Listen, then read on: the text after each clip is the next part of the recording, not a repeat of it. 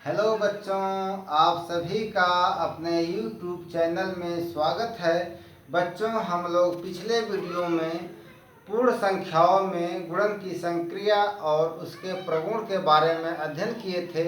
आज हम लोग पूर्ण संख्याओं में भाग की संक्रिया और उसके प्रगुण के बारे में जानेंगे, अध्ययन करेंगे।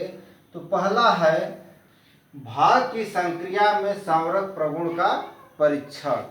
तो संवरक प्रगुण का मतलब होता है कि यदि दो पूर्ण संख्या में एक पूर्ण संख्या का भाग दें और उसका भागफल भी पूर्ण संख्या आए तो हम कहेंगे कि पूर्ण संख्या में भाग की संक्रिया संवरक है। तो चलिए देखते हैं। हम 4 में 2 का भाग देते हैं, ठीक। तो 4 क्या है? एक पूर्ण संख्या है और 2 भी एक पूर्ण संख्या है। अब इसका भागफल कितना आएगा? 2 दूनी 4, यानी भागफल 2 आया। ये भी क्या है? ये भी पूर्ण संख्या है, ठीक। अब हम दूसरा पूर्ण संख्या लेते हैं। जैसे एक संख्या में 3 ले लिया और दूसरा संख्या हम 2 ले लिए। तो 3 भी पूर्ण संख्या, 2 भी पूर्ण संख्या, लेकिन अगर 3 में 2 का हम भाग देंगे तो यह पूर्ण संख्या नहीं आएगी, क्योंकि यह 3 जो है 2 से विभाजित नहीं होगा। अब अगर हम भाग देते हैं तो इस तरह से देंगे कि 2 एकम 2, घटाएंगे तो कितना बच गया? 1। अब यहाँ पॉइंट ले जाएंगे, दशमलव ले जाएंगे, 0 उतरेगा, 2 पाँचे 10। तो हम देखें कि 3 भागे 2 में जो भागफल है वह दशमलव में आया, पूर्ण संख्या में नहीं आया। तो हम यह कहेंगे कि पूर्ण संख्याओं के लिए भाग की संक्रिया जो है संवरक नहीं होती है, ठीक। अगला है शून्य से पूर्ण संख्याओं में भाग का परीक्षण। तो शून्य से अगर हम पूर्ण संख्या में भाग देते हैं तो क्या आता है, चलिए करके दिखाते हैं।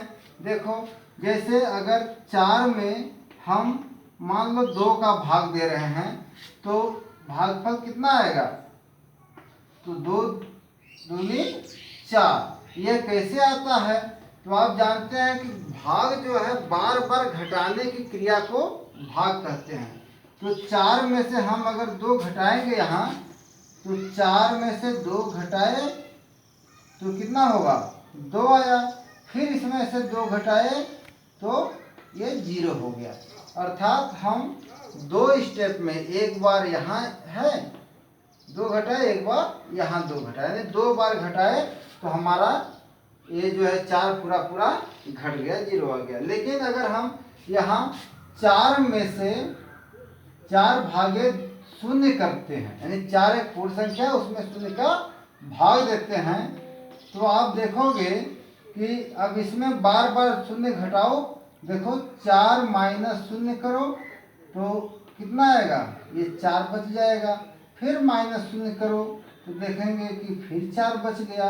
फिर माइनस 0 करो तो देखोगे कि फिर 4 बच गया। अर्थात हम ये कहेंगे कि यह कभी भी विभाजित नहीं होगा। तो हम इसे कहते हैं दूसरे शब्दों में कि शून्य से पूर्ण संख्याओं में भाग क्या है? परिभाषित नहीं है, ठीक। तीसरा है पूर्ण संख्याओं में 1 से भाग का परीक्षण। तो पूर्ण संख्याओं में हम जब 1 का भाग देते हैं तो क्या होता है?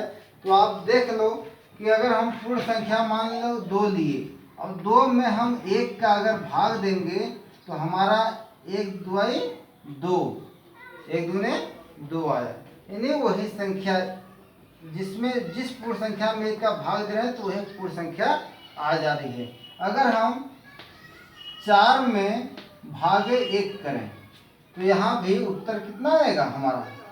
1 चौके 4, यानी 4 में से हम 1 घटाएंगे तो 4 बार में यह घट जाता है। तो हम ये देख रहे हैं कि जब भी हम 1 का भाग देते हैं किसी पूर्ण संख्या में तो जो भागफल आती है वह वही पूर्ण संख्या आ जाती है, ठीक। अब अगला नियम चौथा, शून्य में किसी शून्येतर पूर्ण संख्या से भाग का परीक्षण।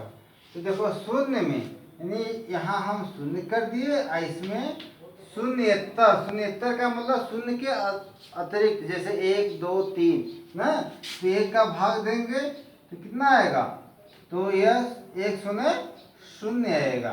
ठीक, उसी तरह से शून्य में अगर हम 3 का भाग दे दिए तो इसका भागफल 3 शून्य शून्य आएगा। ठीक, 4 में शून्य का भाग दिए, शून्य में 4 का भाग दिए तो इसका उत्तर शून्य आएगा। ठीक, तो हम ये क्या कहेंगे कि शून्य में किसी शून्येतर पूर्ण संख्या से भाग के परीक्षण में हम यह जाने कि किसी भी शून्य में किसी भी पूर्ण संख्या का भाग देते हैं तो उसका भागफल सदैव शून्य आता है। ठीक, अगला है 5वां, शून्येतर पूर्ण संख्या में किसी शून्येतर पूर्ण संख्या से भाग का परीक्षण। शून्येतर पूर्ण संख्या, शून्येतर का मतलब शून्य के अतिरिक्त, शून्य से आगे कोई पूर्ण संख्या हो, उसके अतिरिक्त, जैसे हम कोई 2 पूर्ण संख्या ले लिए। ठीक, अब 2 ये पूर्ण संख्या है और इसमें भी उसी पूर्ण संख्या से अगर भाग दें, ठीक, तो इसका भागफल क्या होगा, 1 होगा।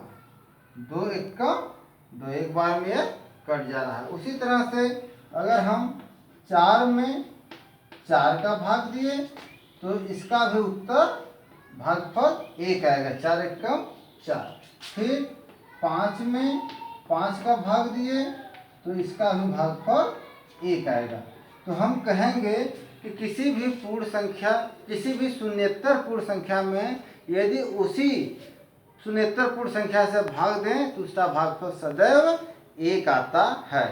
तो बच्चों, जहाँ तक मुझे आशा है कि आप लोगों को भाग के प्रगुण के बारे में समझ आ गई होगी। ओके, धन्यवाद।